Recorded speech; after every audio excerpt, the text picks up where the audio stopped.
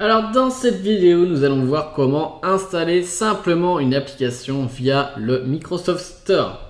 Alors pour commencer, on va ouvrir l'application Microsoft Store. Donc pour cela, je vais aller dans le menu Démarrer. Et ici, j'ai ma vignette Microsoft Store. Donc vous voyez que c'est une vignette interactive. Là, on me propose déjà d'acheter des applications, des jeux. Donc si vous avez enlevé la vignette du menu Démarrer vers le Microsoft Store, soit vous allez dans toutes les applications et vous descendez au niveau de M pour Microsoft et vous voyez que c'est cette application là avec cette icône-ci, ou sinon vous tapez Store et vous aurez aussi le raccourci vers l'application. Donc je vais l'ouvrir et on atterrit ici sur le Microsoft Store. Donc Store en anglais ça veut dire magasin, donc le Microsoft Store c'est le magasin en ligne de Microsoft pour acheter ou pour télécharger des applications, des jeux, des films ainsi que des séries télé. Donc ici je suis sur l'onglet accueil, vous voyez ici qu'on a 4 onglets, accueil, applications, jeux et films et TV. Donc on nous met en avant quelques jeux ici, puisque évidemment ce sont les jeux qui se vendent le plus et ce sont sur les jeux que Microsoft fait le plus de bénéfices, donc évidemment qui mettent en avant ceux qui vendent le plus. En dessous on a d'autres catégories, donc on va voir applications et jeux favoris, les plus populaires, les jeux essentiels, le top des applications gratuites, etc. etc. Donc je vais vous montrer rapidement films et TV et jeux. Donc films et TV c'est pour acheter des films ou des séries télé. Donc ici on nous met quelques actualités. Ici vous pouvez découvrir les films. Donc vous pouvez voir par exemple, vous pouvez acheter Les Heures Sombres à partir de 13,99 €. Vous pouvez acheter le dernier Star Wars à partir de 3 €, pas cher. Si je clique dessus, vous arrivez sur la page du film et vous pouvez choisir de l'acheter à 16 € ou de le louer à 4 €. Donc la location par rapport à l'achat, c'est-à-dire que vous achetez complètement le film, que vous pouvez le regarder autant de fois que vous voulez et quand vous voulez. La location, ça veut dire que vous n'avez, je crois qu'entre 24 et 48 heures pour regarder le film, ensuite vous n'y avez plus accès.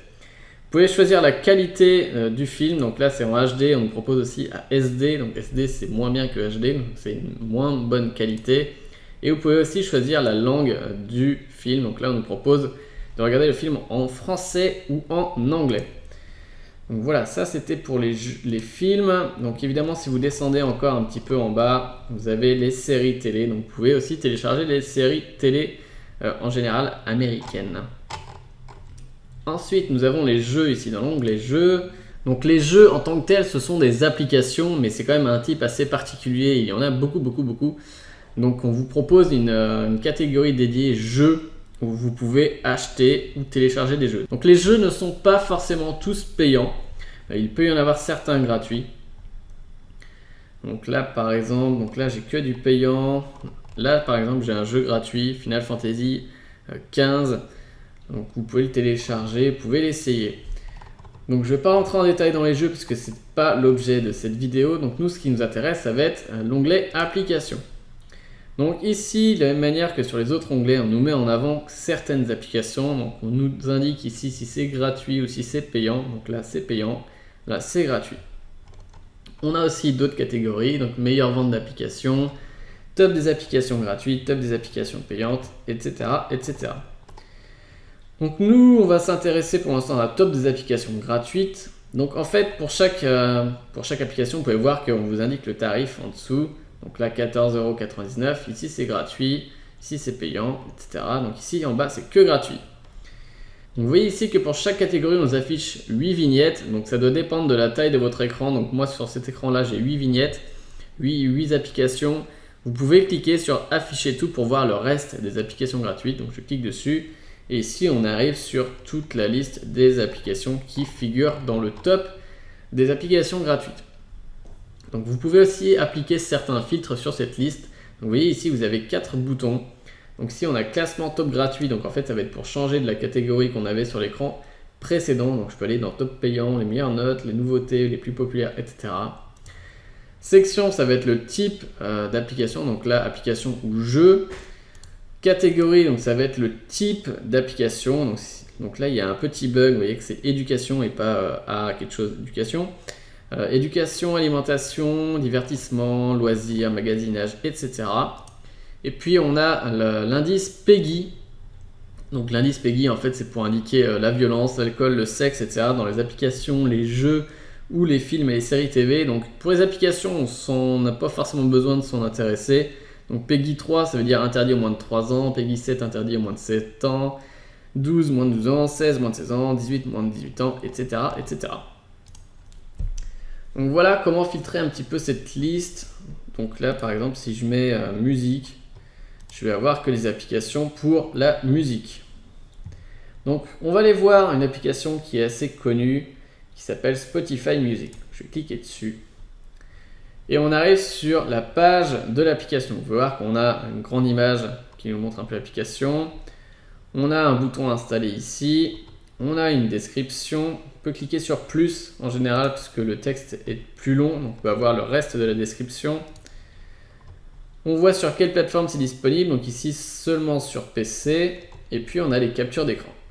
Donc les captures d'écran, vous pouvez cliquer dessus, histoire de les afficher en plein écran pour que ça soit un peu plus sympa à visualiser. Donc là, ils ont mis une capture d'écran qui est en anglais, ils n'ont pas fait l'effort de mettre la version française. Et vous avez des flèches vers la droite ici pour passer à la capture suivante.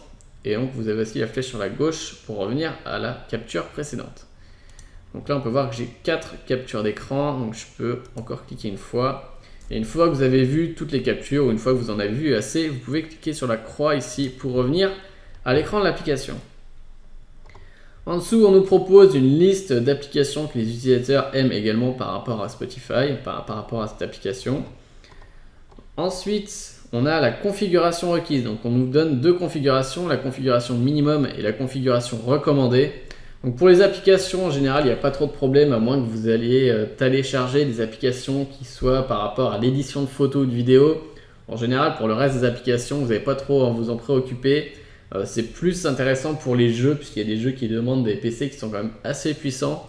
Donc ici, on va vous mettre quelques informations sur le matériel, la carte graphique, le processeur recommandé. Donc ici, en général, vous n'avez pas forcément à vous en préoccuper. En dessous, on nous donne quelques informations par rapport à la société qui édite l'application et quand est-ce que l'application a été sortie la première fois. Donc là, on peut voir qu'elle a été sortie la première fois le 24 octobre 2017 dans la catégorie musique et que cette application pèse quand même pas loin de 200 mégas, donc c'est une grosse application. Donc elle va peut-être mettre un peu de temps à se télécharger si jamais vous n'avez pas une bonne connexion internet. Et pour finir, on nous donne les évaluations et les avis des autres utilisateurs par rapport à cette application. Vous pouvez voir qu'ici, elle a une bonne note, 4,2 sur 5. Et puis on peut voir quelques avis d'utilisateurs qui sont contents ou pas contents. Donc je vais remonter tout en haut. Et donc ce qui nous intéresse ici, nous, ça va être installer. Donc pour installer, c'est très simple. On clique sur installer. Une fois qu'on clique, le Microsoft Store va se charger de tout, il va télécharger l'application et il va l'installer tout seul. Donc là voilà, il est en train d'installer, il a fini de télécharger. Donc je l'avais déjà téléchargé cette application, donc c'est pour ça que ça a pris un peu moins de temps. Voilà, donc là j'ai mon application qui est installée, vous voyez que c'était assez rapide, j'ai pas eu grand chose à faire, si ce n'est de cliquer une fois sur installer. Et ensuite on nous propose plusieurs options. Donc là, j'ai lancé, le bouton lancer en bleu, c'est pour évidemment lancer le programme, lancer Spotify. On a épinglé au menu démarrer. Alors, si vous venez dans votre menu démarrer ici, vous voyez que en fait, je n'ai pas la vignette, je n'ai pas l'icône de l'application que je viens d'installer, je n'ai pas l'icône vers Spotify. Par contre, si je viens dans ma liste d'applications, vous voyez que j'ai bien, dans récemment ajouté déjà, j'ai bien un Spotify Music qui a été ajouté sur mon ordinateur. Donc si je veux l'ajouter au menu démarrer, je peux cliquer sur épingler au menu démarrer. Voilà. Et quand je vais revenir dans mon menu démarrer, je vais avoir mon application Spotify qui est ici. Et je vais pouvoir évidemment la déplacer peut-être plus en haut pour que ça soit un peu plus visible. Peut-être mieux ici par exemple. Alors, on a un autre bouton avec 3 points qui nous permet de faire des actions supplémentaires. Donc on a un autre menu qui s'affiche. Donc on peut partager cette application avec nos amis. Bon, ça, je pense pas que vous en aurez trop besoin. Par contre, épingler à la barre des tâches, ça veut dire ajouter un raccourci ici vers cette application dans la barre des tâches à côté de nos autres raccourcis. Donc, si vous cliquez dessus, on vous demande une confirmation. Vous cliquez sur oui et vous voyez que j'ai mon icône Spotify. C'est la même chose qu'ici. qui apparaît dans ma barre des tâches et je peux cliquer dessus pour lancer mon application. Donc je vais cliquer sur lancer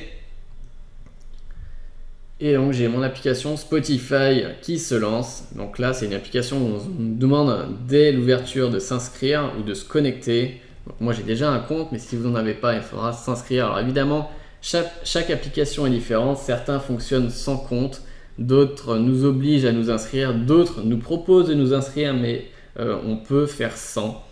Voilà, chaque application a son fonctionnement propre. Donc voilà, j'ai installé Spotify, donc je vais fermer, ce n'était pas l'objet de vous montrer comment fonctionne Spotify. Donc maintenant, imaginons que je veuille faire une recherche. Voilà, j'ai pas trouvé l'application que je voulais dans la liste qu'on me proposait, donc je veux faire une recherche. Donc pour faire une recherche sur une application dont on connaît déjà le nom, on va venir ici dans la zone rechercher et je vais taper, par exemple, je vais rechercher Photoshop. Donc je vais taper Photoshop, qui est une application pour éditer des images. Et vous voyez que déjà ici, on nous propose plusieurs résultats. Donc là, en fait, j'ai le résultat que je veux dans la liste. Donc c'était Photoshop Express que je voulais. Mais si jamais on n'a pas le résultat dans les 5 premiers résultats, vous tapez sur Entrée et vous allez avoir toutes les applications correspondant à Photoshop. Donc là, on ne me met que les applications. Il se peut que vous ayez aussi une catégorie jeux ou film ou TV qui correspondent aux mots-clés que vous avez entrés. Donc il faudra bien aller dans l'application si vous voulez une application. Et donc j'ai la liste et je peux cliquer sur afficher tout si jamais ce n'était pas dans les 8 qu'on me proposait ici dans la liste et j'aurai tous les résultats disponibles. Alors, petite information concernant le gratuit, les applications gratuites. Ici, vous voyez que bon, j'ai une application payante, 99 €. J'ai mon application que je voulais installer, Photoshop Express, qui est gratuit. Et à côté, j'ai Practical Photoshop, qui est une autre application, je ne sais pas ce que c'est, qui est gratuit mais avec un plus. Alors le plus, ça veut dire que effectivement l'application elle est gratuite. Mais par contre, vous voyez ici que on nous dit offre des achats in-app. Ça veut dire que l'application va nous proposer un certain nombre d'options qui vont être payantes. Donc vous ne serez pas obligé de les acheter, mais si vous voulez accéder à ces fonctionnalités supplémentaires, vous serez obligé de payer un certain montant. Ça peut être le cas aussi dans d'autres applications qui vous fournissent du contenu payant. Par exemple, si je vais sur iTunes, qui est une application de Apple, qui nous propose de télécharger essentiellement de la musique. Vous voyez que si je vais sur la capture d'écran ici, je peux télécharger de la musique pour écouter. Et bien là aussi, on nous dit qu'évidemment, c'est offre des achats in-app puisque la musique n'est pas gratuite et qu'il faudra l'acheter. Donc je vais revenir dans mon exemple Photoshop.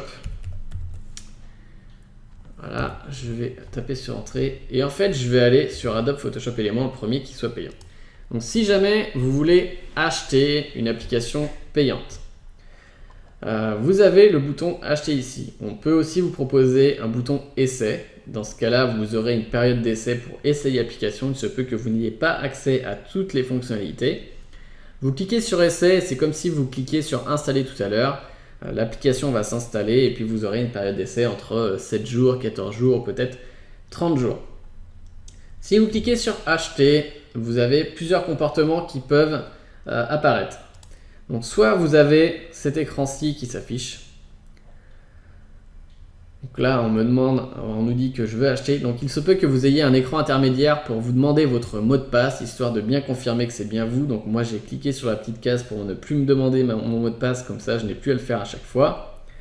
Donc ici, si vous voulez acheter cette application, il faudra ajouter un moyen de paiement. Donc en général, on va cliquer dessus pour ajouter une carte de crédit ou un compte PayPal. Donc vous cliquez sur carte de crédit ou PayPal et vous allez ajouter votre carte. Donc là, il faudra mettre le nom, le numéro de la carte, la date d'expiration, le cryptogramme derrière, la ligne, etc.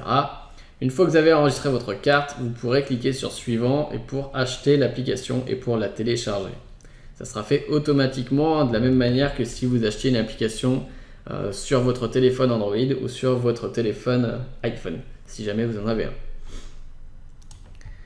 Alors il y a un autre mode d'achat. Par exemple ici, si je vais aller sur, je vais rechercher Word,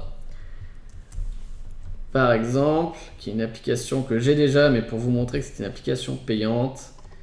Donc vous voyez qu'ici j'ai Word 2016, donc je peux cliquer dessus. Et là on va me dire que ce n'est pas une application qui est vendue séparément puisque ça fait partie de la suite Microsoft Office. Donc je peux cliquer sur découvrir les offres, on me propose plusieurs choses. Donc je peux cliquer par exemple sur Office 365 Famille. Donc là je vais arriver sur l'application Office 365 Famille et je vais cliquer sur acheter. Et en fait vous voyez qu'on ouvre le navigateur, donc là on ouvre Chrome et on me propose d'acheter directement sur cette page. C'est-à-dire que l'application n'a pas de processus d'achat directement via le Microsoft Store, on est obligé d'acheter via le site web de l'application. Donc là il faudra choisir les différentes options. Donc là on me propose abonnement annuel, abonnement mensuel. Je clique, là apparemment j'ai déjà sélectionné abonnement mensuel et puis je clique sur acheter et télécharger et je vais avoir tout un processus pour acheter l'application. Voilà, c'est juste pour que vous sachiez que vous avez deux processus différents. Il y a les applications qui sont vraiment intégrées dans le Microsoft Store et puis il y a les autres où le processus d'achat nécessite de passer par un site web externe. Alors dernière chose avant de terminer cette vidéo, il se peut que si vous faites une recherche, donc là imaginons que je recherche Google Chrome, vous ne trouviez pas l'application dans le Microsoft Store. Donc, par exemple ici vous voyez j'ai application, donc j'ai pas l'application que je cherche vraiment dans la liste, donc je clique sur afficher tout pour vérifier et je me rends compte que l'application que je cherche n'est pas dans les résultats. Donc il y a certaines applications qui ne sont pas disponibles sur le Microsoft Store et qu'il faut aller télécharger directement sur internet, sur un site internet. Donc dans ce cas-là, vous ouvrez votre navigateur, donc ici je vais revenir dans mon navigateur, et puis vous faites une recherche sur le logiciel en question, Google Chrome, et donc je vais arriver sur la page pour télécharger le logiciel et il faudra faire une installation manuelle. Donc les installations manuelles, on les verra dans la vidéo sur installer manuellement une application. Donc voilà, c'était tout pour l'installation des applications via le Microsoft Store. On se retrouve dans la prochaine vidéo.